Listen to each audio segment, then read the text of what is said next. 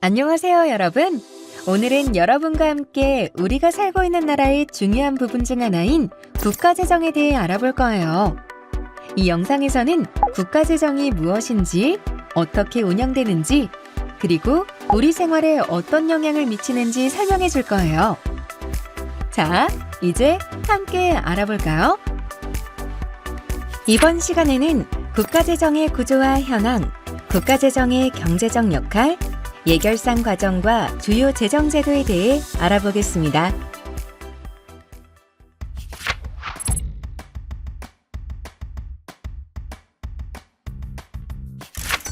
우리나라의 살림을 꾸려나가는 국가재정은 어떻게 운영되고 있을까요?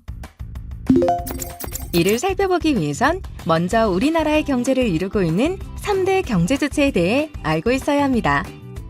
경제활동을 하는 주체가 누구인지에 따라 우리는 경제활동을 하는 가족 구성원인 가계, 기업, 정부를 구분하고 있으며 이를 3대 경제주체라고 말합니다. 그렇다면 국가재정의 경제주체는 누구일까요? 당연히 정부입니다.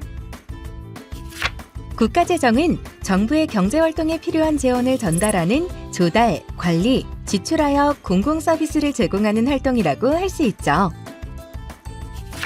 국가재정 활동은 크게 수입과 지출로 구분되는데요. 수입의 경우 가계, 기업으로부터 얻는 국세, 지방세, 부담금 등의 세외 수입이 있고 지출은 보건복지, 고용, 교육, SOC, 국방, 치안, 산업, 중소기업, 에너지 등 다양한 정책 분야에서 이루어집니다. 이러한 재정활동의 결과물로서 국가가 돈을 빌리기 위해 발행하는 국채, 국유재산, 공공기관 등이 나타나게 되는 것이죠. 당연히 국가의 부채와 재산관리도 국가재정활동에 포함됩니다. 그렇다면 국가재정은 어떤 구조로 어떻게 운영되고 있을까요? 먼저 국가재정을 누가 운영하는지 알아보겠습니다. 국가재정은 운용하는 기관에 따라 중앙재정, 지방재정, 지방교육재정으로 구분하는데요. 중앙재정은 중앙정부가, 지방재정은 지자체가, 지방교육재정은 시도교육청이 운영하는 것을 말합니다. 그렇다면 국가재정은 어떻게 운영될까요? 재정은 예산과 기금으로 운영하며 여기서 예산은 일반회계와 특별회계로 구분됩니다. 먼저 일반적인 재정활동의 경우에는 일반회계에서 수행하는데요. 이외에 특정한 사업 또는 자금을 별도로 운영해야 하는 경우 특정 세입과 세출을 연계할 필요가 있을 때 특별회계와 기금을 설치하게 됩니다. 국가재정의 운용은 다음과 같은 원칙에 기반해서 수행되어야 하는데요. 바로 효율성, 건전성, 투명성입니다.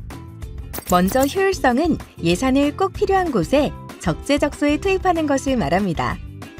우리나라는 재정을 효율적으로 사용하기 위해 재정성과관리제도, 총사업비 관리제도, 예비타당성 조사 등의 제도를 운영하고 있습니다. 다음 원칙은 건전성인데요.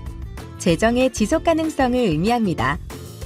지속가능성이란 특정한 과정이나 상태를 유지할 수 있다는 의미인데요. 재정의 지속가능성은 세수 수입과 지출 간의 균형을 유지하고 공공부채를 관리하며 장기적인 경제발전을 지원하는 데 필요하겠죠. 우리나라는 재정 건전성을 유지하기 위해 국가재정 운용계획, 장기재정전망, 재정규율 등을 활용하고 있습니다. 마지막으로 투명성입니다. 정부가 어떻게 돈을 벌고 쓰는지, 그리고 관리하는지에 대한 정보를 모두에게 쉽고 분명하게 알려주는 것을 말합니다. 국가재정의 투명성은 우리가 정부를 더 잘 이해하고 감시할 수 있게 해주며 우리 모두가 더 나은 정부 운영을 요구할 수 있는 권리를 갖게 해줍니다. 정부는 투명성 확보를 위해 재정정보의 공개와 예산에 대한 국민 참여를 통해 재정의 민주적 정당성을 확보하기 위해 노력하고 있습니다.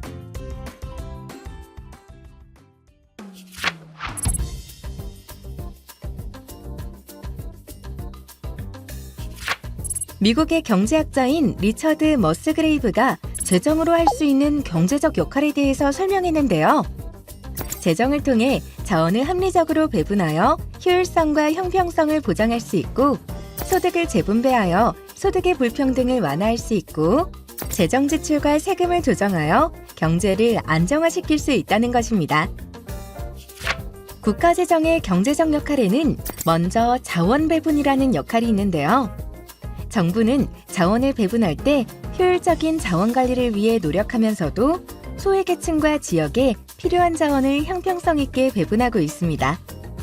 이는 국방, 치안, 소방, 행정시설, 의무교육, 공공의료 등 다양한 영역에서 수행되고 있죠.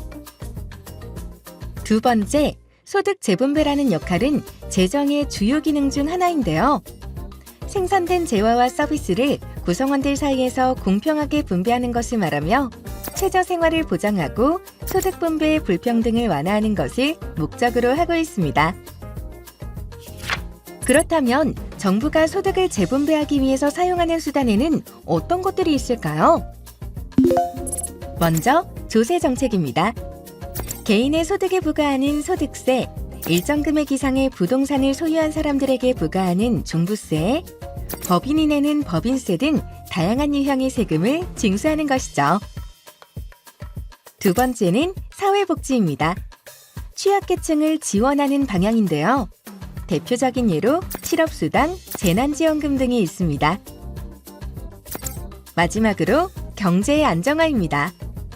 경기 변동을 최소화시키기 위해 재정정책을 활용하는 것입니다. 일반적으로 경기는 고용과 생산이 정상 수준 이상으로 올라가는 호황기와 정상 수준 이하로 내려가는 불황기의 주기적인 순환으로 이루어져 있습니다. 이러한 순환이 급격하게 변화할수록 경제는 불안정하겠죠? 따라서 정부는 재정 지출과 조세 정책을 통해 급격한 경기 변동을 완화하기 위해 노력하고 있습니다. 그럼 실제 사례를 통해 한번 알아볼까요? 1930년대 전 세계를 휩쓴 경제 침체 현상으로 인한 대공황을 극복하기 위해 미국 정부는 뉴딜 정책을 실시했는데요. 뉴딜 정책으로 테네시 강유역의 대규모 댐 건설 등을 진행해 재정 지출을 확대하고 총 수요를 증대시켜 경기 침체를 극복하고자 했습니다. 이처럼 경기가 침체되면 민간 지출, 고용이 감소하기 때문에 정부는 지출을 증가하고 세금을 줄여 경기 침체를 회복하려는 재정 정책을 활용하게 됩니다. 반대로 경기가 과열되면 어떻게 해야 할까요? 민간 지출, 고용이 증가하기 때문에 정부는 지출을 감소하고 세금을 늘려 경기 과열을 방지하는 재정 정책을 활용하게 됩니다.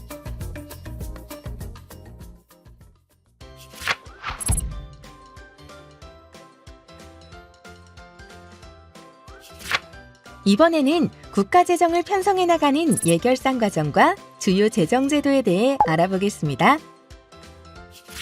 우선 예결산 중 예산과 관련된 내용부터 확인해 볼까요? 국가 예산은 1년 동안 정부의 수입과 지출 활동을 미리 계획하는 것을 의미합니다. 국가 재정을 통제하는 수단의 성격을 띠고 있으며 국가적 자원을 어떤 우선순위에 맞춰 배분할 것인지를 보여주는데요.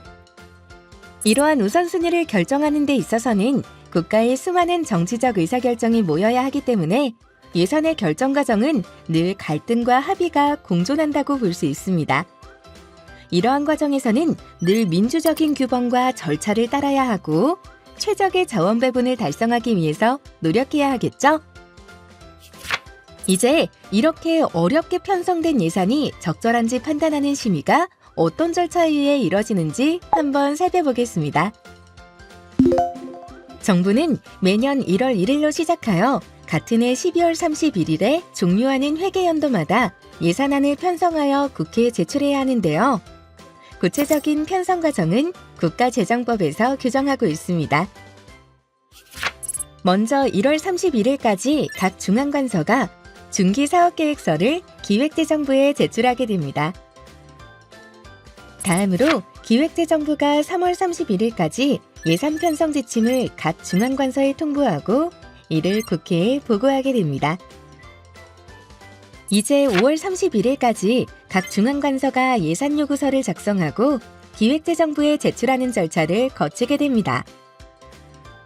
이후 9월 3일까지 정부가 예산안을 확정하여 국회에 제출하게 됩니다. 그렇다면 국회에 제출한 예산안은 어떻게 의결될까요? 이는 시정연설, 예비심사, 종합심사, 본회의 심의와 의결, 정부 이송의 순서로 진행됩니다. 중요한 것은 국회가 예산을 의결해야만 정부가 다음 해부터 예산을 집행할 수 있다는 것이죠.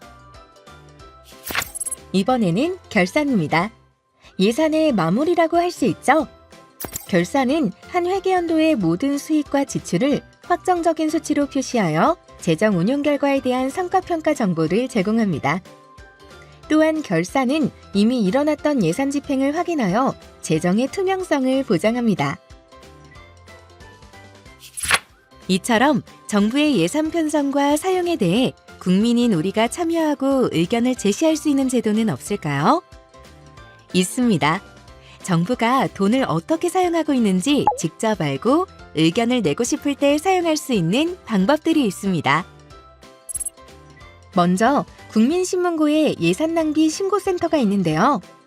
국민들이 생활 속에서 발견한 예산 낭비 사례와 예산 절감 제안을 온라인으로 손쉽게 신고할 수 있죠. 다음으로는 주민참여 예산제도가 있습니다. 예산 편성 과정에서 지역 주민들이 직접 참여하여 자신들의 선호와 우선순위에 따라 예산을 스스로 결정할 수 있도록 한 것이죠. 이외에도 청소년 참여 예산학교 등 청소년도 참여할 수 있는 지역사업이 있습니다. 그럼 실제 사례를 한번 확인하러 가볼까요?